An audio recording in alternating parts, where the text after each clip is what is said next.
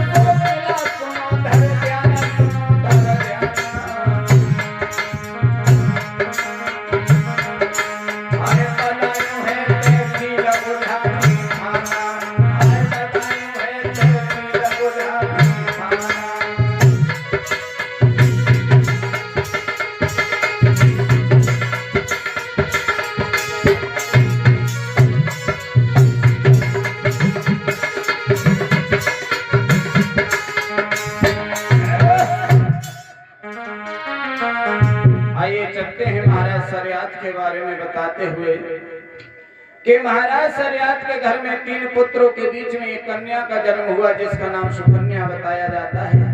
और महाराज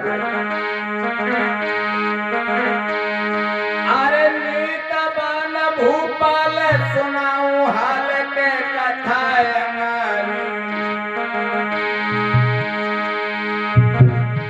और महाराज सरियात के घर में जननी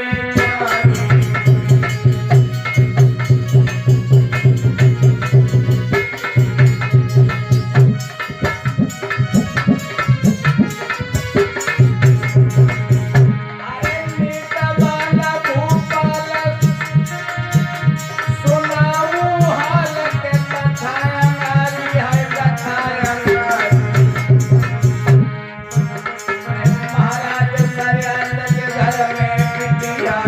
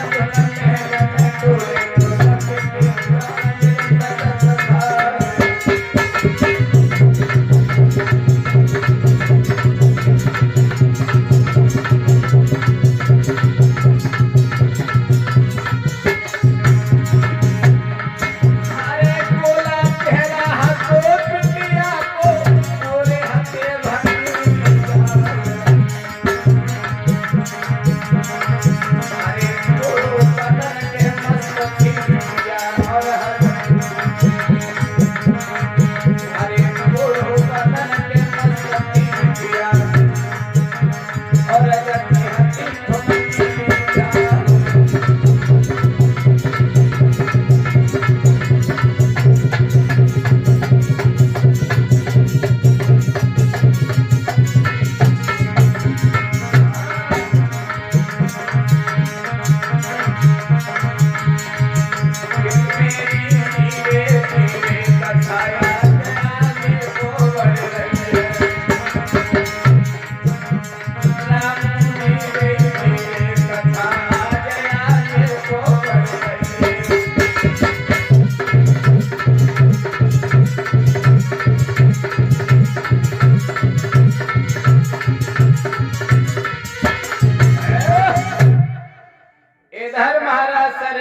घर में जो बिटिया जन्मी थी और महाराज सरियात उस अपनी बिटिया को अपने कलेजे से लगा के रखते थे। खाएं तो संग, जाएं तो संग, लेटे तो संग। लेकिन बिटिया थी, बड़े लाड़ प्यार से पाली थी, किसी भी चीज की कमी नहीं थी। एक दिन की बात थी लोगों, महाराज सरियात ने मन में ये विचार किया है कि दोपहर का समय है, जेठ का महीना था, और मन में विचार किया कि क्यों ना हम अपने कहीं घूमकर आए, वन विहार करके आए। तो मंत्री ने महाराज सरियात को उचित सलाह दी है और कहा महाराज चलो, हमने सुना है चमन ऋषि महात्मा की बगिया में जो भी लोग जाते हैं, रोगी जाते हैं, वो निरोग होकर लौटते हैं, और इतनी शीतलता है महाराज कि तुम एक बार पहुंच गए तो आने का मन ही नहीं करेगा। जब ये सुना है महाराज सरियात ने तो कुछ सिपाही साथ में लिए और अपना रथ सजवा लिया। और महाराज सरियात की जो बिटिया थी सुकन्या, वो पीछे पड़ी, बोली पिताजी हम भी चलेंगे। महाराज सरियात ने मना किया लेकिन नहीं मानी। तो सुकन्या की सहेलियां भी साथ में ली हैं और कुछ सहेलियों को साथ में लेकर महाराज सरियात महाराज चमन ऋषि की बगिया के लिए लोगों चले हैं।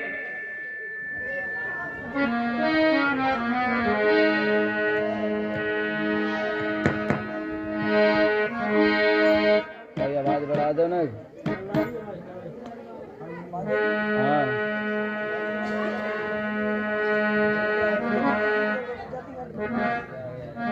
लाल वाली है, लाल वाली।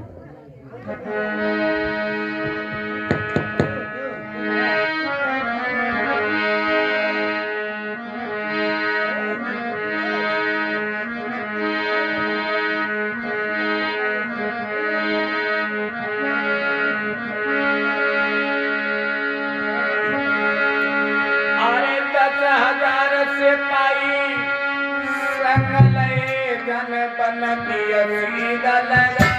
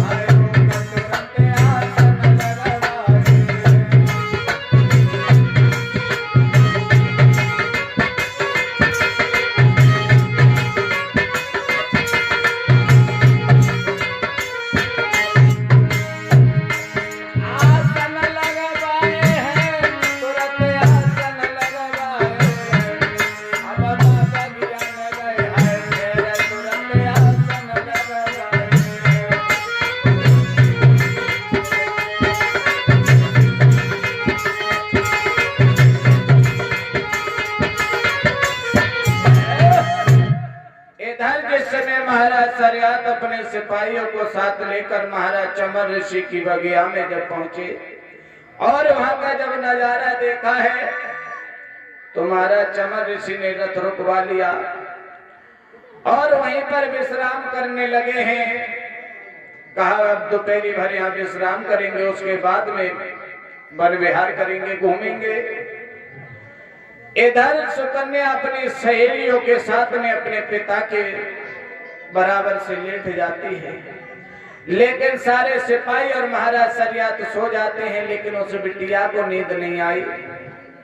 उस वक्त सुकन्या की उम्र 12 वर्ष की बताई जाती है। लोगों, जब सुकन्या को नींद नहीं आई तो अपनी सहेली से बोली है कि बहन, एकदम उठ के बैठ गई।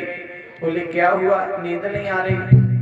बोली जी नींद कैसे आए, पिताजी के साथ में आए हैं, हमने सोचा थोड़ा घूम के देखेंगे, वन विहार करेंगे, देखेंगे महाराज की बगिया कैसी है, और पिताजी तो सो रहे हैं। तो बिटिया कहने लगी कि चलो बहन ऐसा करते हैं कि पिताजी जब तक सो रहे हैं तब तक हम इस बगिया को घूम के देख लें। अब राजा की बिटिया थी, वो भला कैसे मना कर सकती थी, लेकिन महाराज चमर ऋषि की बगिया की दशा बताया है।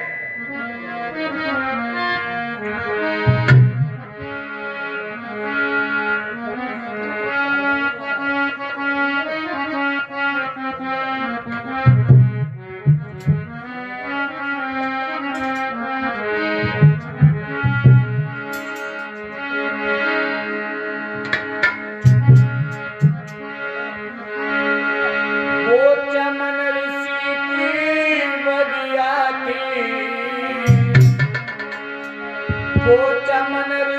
की बगिया थी और जेठ की यार दो भैया जेठ की यार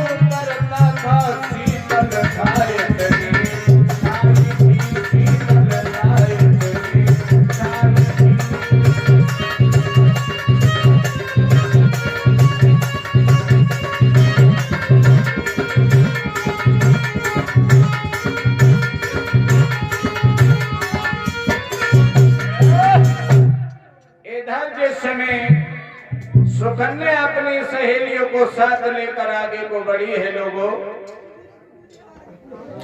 और उसी बगिया में महाराज चमर ऋषि तपस्या कर रहे थे। महाराज चमर ऋषि उसी बगिया में तपस्या कर रहे थे लोगों, और उन्हें कितनी वर्षे हो गई?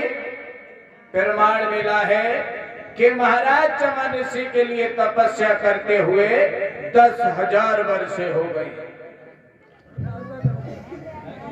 10,000 वर्षे जब हो गई महाराज चमर ऋषि के लिए, क्या हुआ लोगों?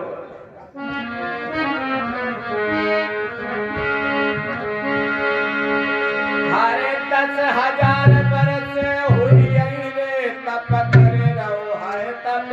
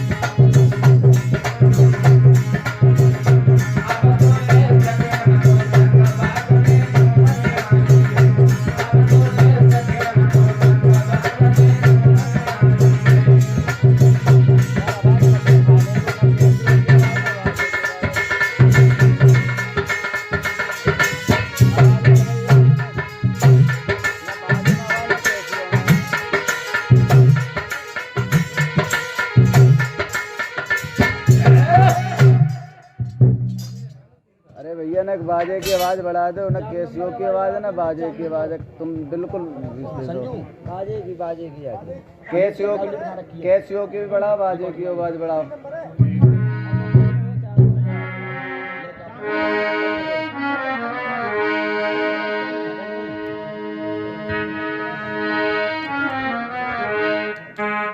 कई आवाज बढ़ाओ कैसियो की, सही है।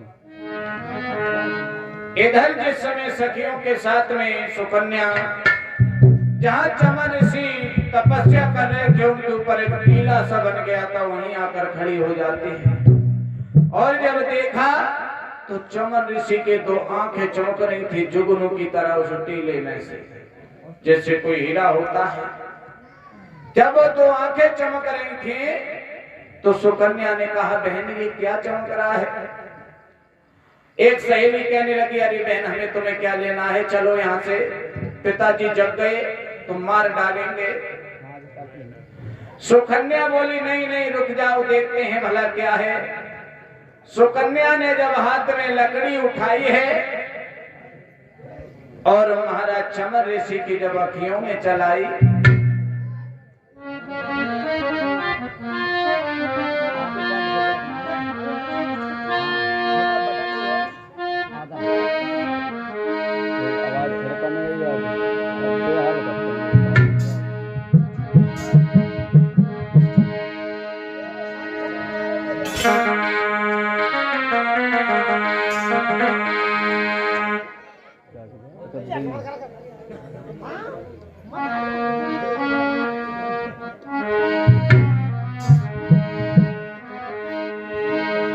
अरे भैया आवाज बढ़ा दो जाके।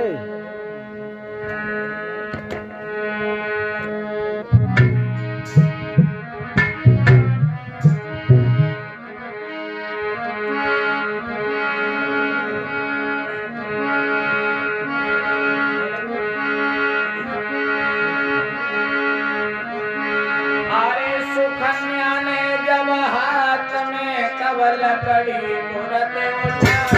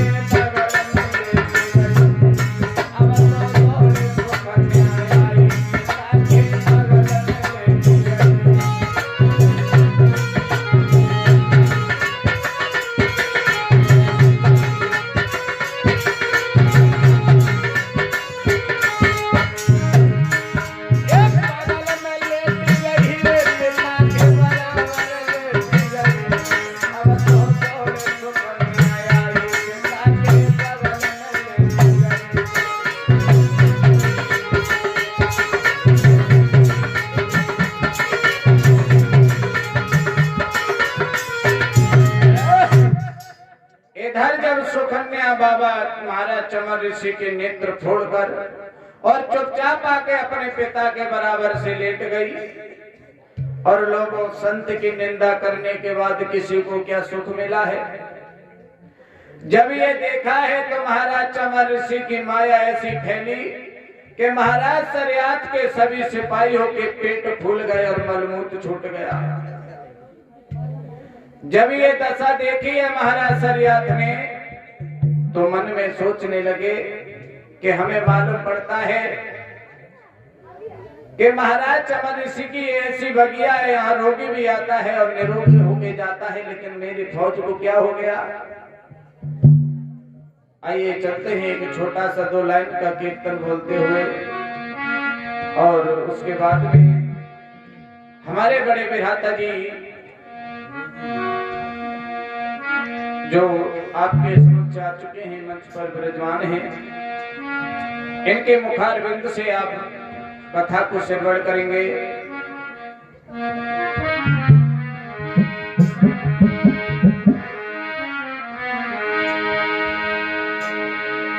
बोलेंगे सभी लोग।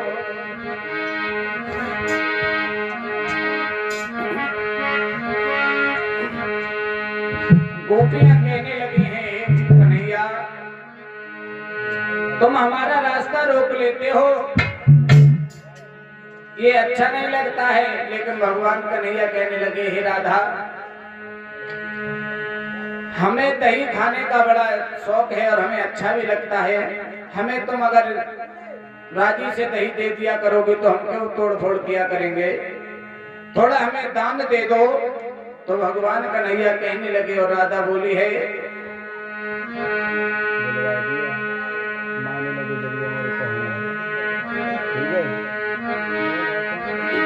बोली है, भगवान कन्हैया बोले